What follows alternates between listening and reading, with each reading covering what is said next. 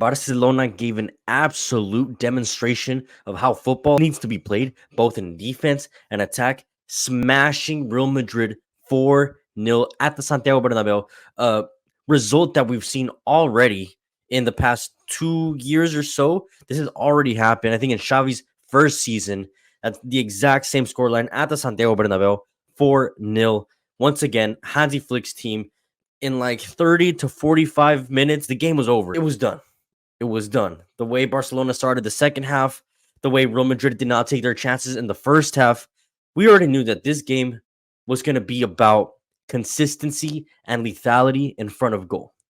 But before we get into everything, before we get into every single detail of the match, please make sure you guys subscribe, follow, check out all the links down below. Welcome back to another episode of Charla Football. I'm your host, as always, Gerardo. And yeah, like I said, Real Madrid lost 4-0 in their home. And as we all know, Real Madrid have not been performing exceptionally well. They've been getting results, yes, especially in La Liga. And that's the biggest storyline going into this game. Real Madrid were going to tie Barcelona's longest unbeaten streak in La Liga that they've held that record for since like 2017, 2018 of 43 matches unbeaten. And Real Madrid were at 42. And if they were to tie or win, they would equal that same result. They would equal that same historic tally, and they couldn't get it done. And I think the most important part was that first half where Real Madrid were dominant. They were clearly better than Barcelona. Barcelona's high line proved to be an absolute just stroke of genius from Hansi Flick and Barcelona. The way they play this high line, we saw it against Bayern. We've been seeing it throughout all of La Liga. If you guys keep up with Barcelona games, you see that they play with such a high line. They regularly catch teams offside quite often, but in this case, that was one of the biggest concerns for Barcelona, is how do you match up with the pace of Vinicius and Mbappe, given that they are world-class players, two of the best players in the world right now.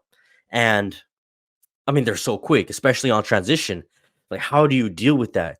And everybody thought Hansi Flick's going to have to change the system, especially given that, I mean, when you're facing Mbappe, Vinicius, and you have people feeding them like Tchouaméni, Camavinga, Valverde, Bellingham, I mean, how do you even stop that? There's no way you can stop that. You just have to sit back and absorb it. No, they didn't do that whatsoever. But before we talk about Barcelona, let's talk about just Real Madrid first. The two opportunities where they were not offside, because keep in mind, they were caught offside a total of 11, 12 times throughout the whole match. A record amount in a match this season. First off, Mbappé just single-handedly was caught offside like 7 or 8 times. So, I mean, I don't know if Ancelotti and Real Madrid and Mbappé and Vinicius did not do their homework ahead of time, but really they should have. I mean, especially in that first half, they should have done a lot better at reading the lines, reading the defensive structure of Barcelona, knowing when to move forward. Their timing was just off almost every single time. And the two opportunities that Madrid did have, where they did break through the line, where Vinicius got through, where Mbappe got through, both with a very similar style of finishing, just kind of squandered it at the first post when they had all of the far posts to finish. It could have been 2-0 for Real Madrid. It could have been a lot more difficult for Barcelona to come back mentally, but also just in the game in general. When you're 2-0 against Madrid at the Bernabeu, it's very difficult to come back. And unfortunately, they did not take the opportunities. And like I said in the beginning, this is a game, it was going to be about consistency in front of goal. It was about who's going to be the most lethal in front of goal, because we already knew both teams were going to get their chances given how both teams play.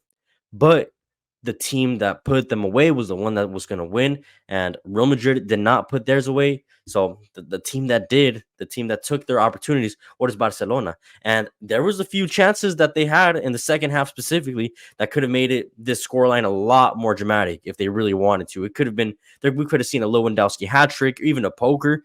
And it could have been easily 5-6-0 if they wanted to. Real Madrid, I mean, we already knew that they've been having trouble, especially in the way they play, and in almost their best 45 minutes besides the game against Borussia Dortmund, they just didn't take their opportunities. Also, in terms of the league, this was a very important game for Real Madrid. They needed these 3 points to tie Barcelona, but now losing on these 3 points, they are 6 points in difference between first and second. Real Madrid in second, 6 points below Barcelona, who are flying in La Liga. The only one negative result so far in La Liga for them. That was the loss a few weeks ago against Osasuna. But I mean, since then, they've been destroying teams, not even just winning against these teams, but dog walking every single team in La Liga. Talking about 7-0s, 5-1s, 4-1s, 4-0s now. I mean, it's just this was the most important week for Barcelona fans to really see where this team was at, because there really wasn't a big test so far for Hansi Flick's team.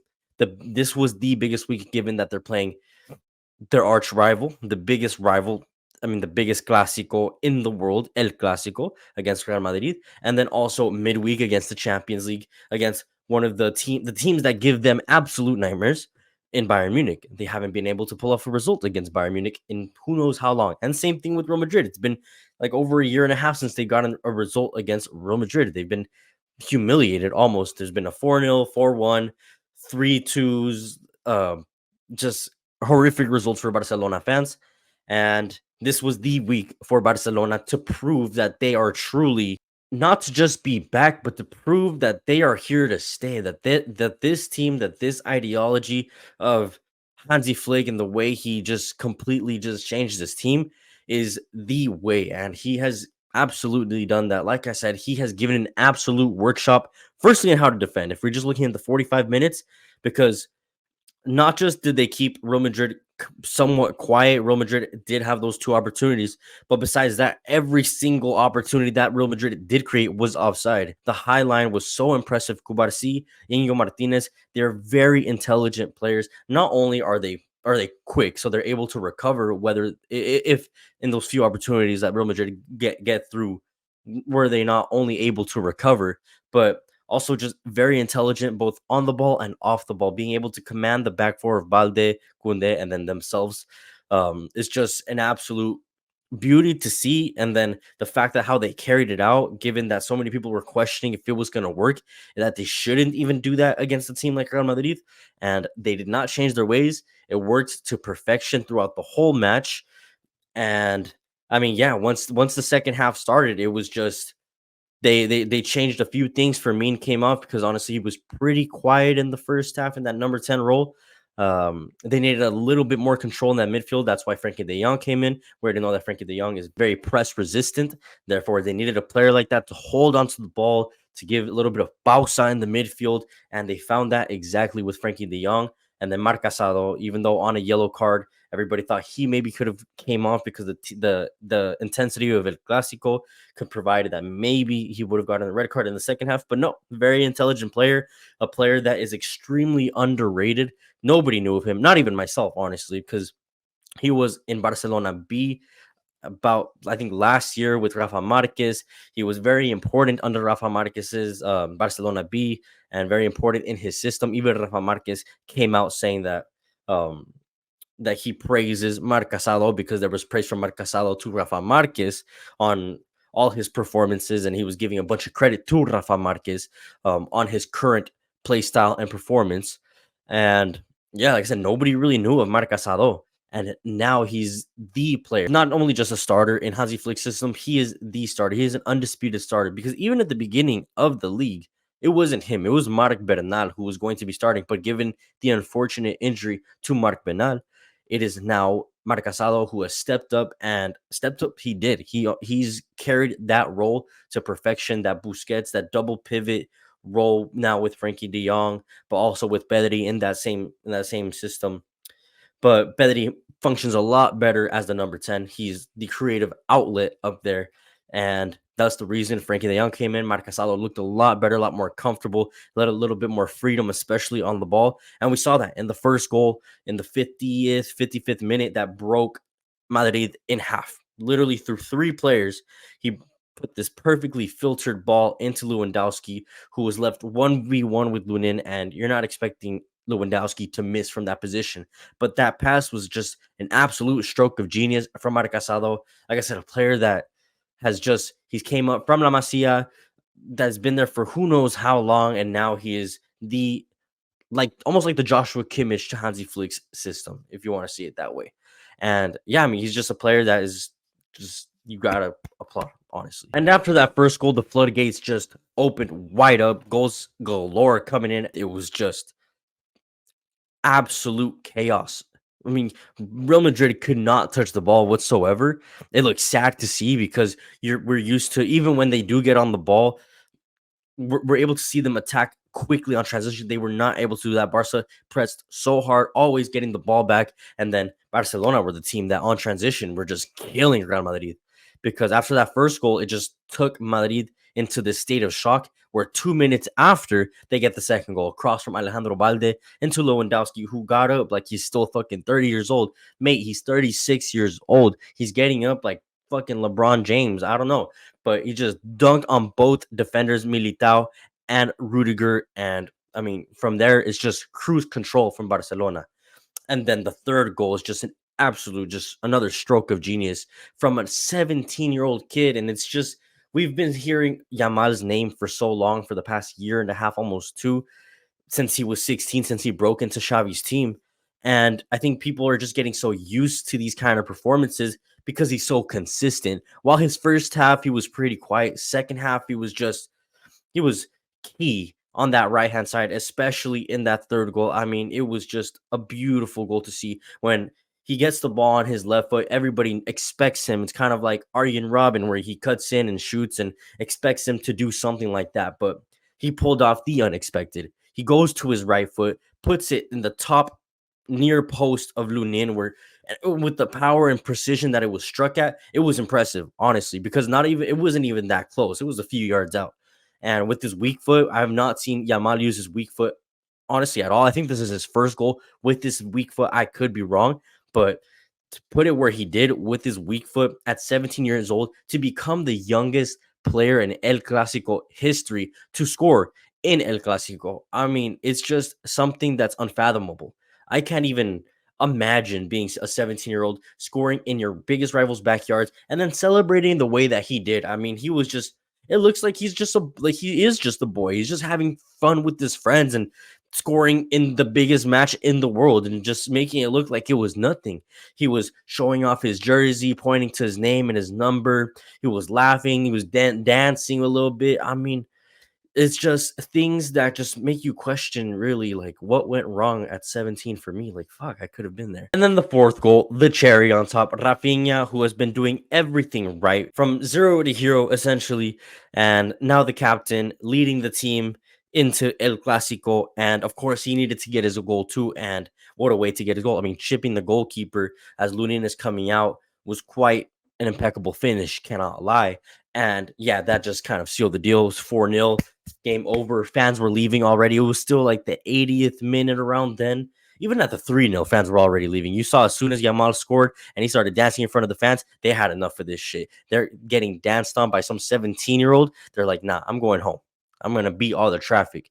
But for the fans that did stay and wanted to see that fourth goal, they got it. And after that, I mean, if it was empty, I'm not sure, but there was definitely more fans leaving after the 4-0. And yeah, it was just an absolute demolishing of Real Madrid. And I don't know where Real Madrid goes from here, because we already knew that Madrid had problems. And whether it's Mbappe's fault, whether it's Ancelotti and his tactics fault, whether it's just Barcelona are just too good right now, I mean, it really could be anything. But I think the biggest factor in this, yes, Mbappé he has started off well in this season so far. I mean, getting goals, 3 or 4 of them being from penalties, only 2 from open play, if you want to consider that a good start to the season. But it's not convincing, especially in a game like El Clasico. The one opportunity that he had, I mean, if you're a world-class player, like you say you are, if you are the Balón de Oro winner, or you should be considered a Balón de Oro winner, like you feel you should be, or you are, and I mean, in those opportunities, that's what separates him and players like Cristiano, Neymar, Messi, world class players that are just in a different division from Mbappe. Mbappe, he is world class, but he is not this elite upper level of world class that is basically untouchable. And I mean, in those opportunities that you have to put them away if you're Kylian Mbappe, because I mean, besides that, he offered nothing really. I think he was probably one of the worst performers for Real Madrid. And I know it's a little unfair given that he was basically offside the whole match.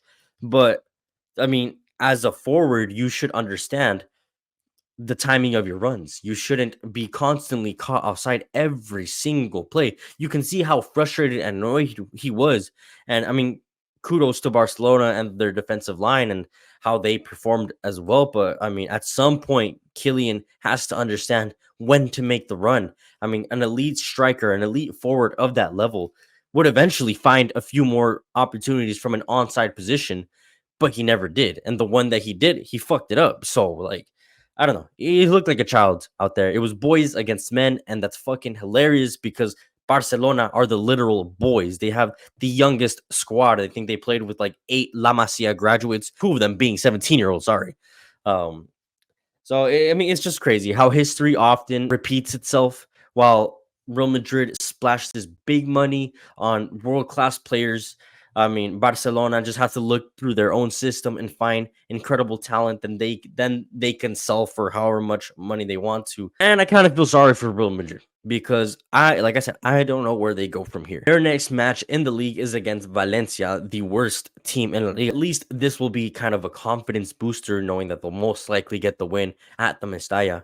But I mean, after a 4-0 result like this, it's gonna be it's going to be a lot of questions about Ancelotti, a lot of questions about Mbappe, Vinicius, who also did not have a good game. I mean, I can't think of one player, not even the goalkeeper, can save himself in this one. Not Lunin, not Militao. I mean, for at least a moment, you could say the 2 defenders for Real Madrid and Militao and Rudiger were probably the best players for Madrid. But after the 4 goals that they conceded in the second half, I mean, you can't really argue that anymore.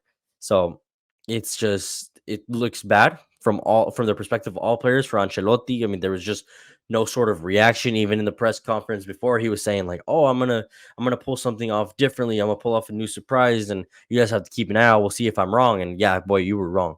Whatever he did, it was completely wrong. I mean, he went back to a similar style where it was a 4-4-2. We've been seeing more of a 4-3-3 under Ancelotti this season, but yeah, he went back to that 4-4-2 with Bellingham kind of playing more advanced, but even Bellingham was quiet all match. I mean, it just was just a show of dominance from Barcelona. They just made Real Madrid look piss poor all match. And yeah, I mean, where do you go from here if you're Real Madrid, if you're Ancelotti out? Is that even a question to ask?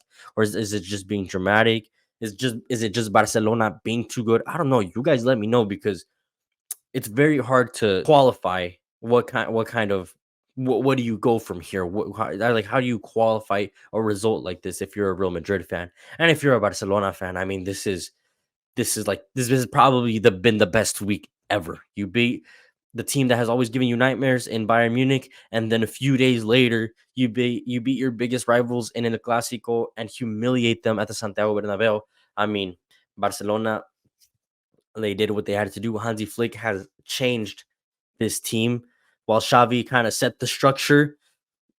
Hansi Flick has just built it and not just built it, but just exceeded expectations because I highly doubt that anyone expected results like this in this week, and a Barcelona team to be flying and performing the way that they have. So, I mean, big ups to Hansi Flick, to these kids that are honestly overperforming, but I mean, this is just something historical that we're watching, to be honest. They're so young, and there's going to be many more moments like this for sure for Barcelona, and Real Madrid need to get the shit together. But, anyways, I'm going to wrap things up here. If I missed anything, please let me know. If you're a Real Madrid fan, does Ancelotti stay? Is this kind of where the alarms start ringing because it hasn't been a convincing start to the season? I don't know. Please let me know because I don't even know what to think at this point.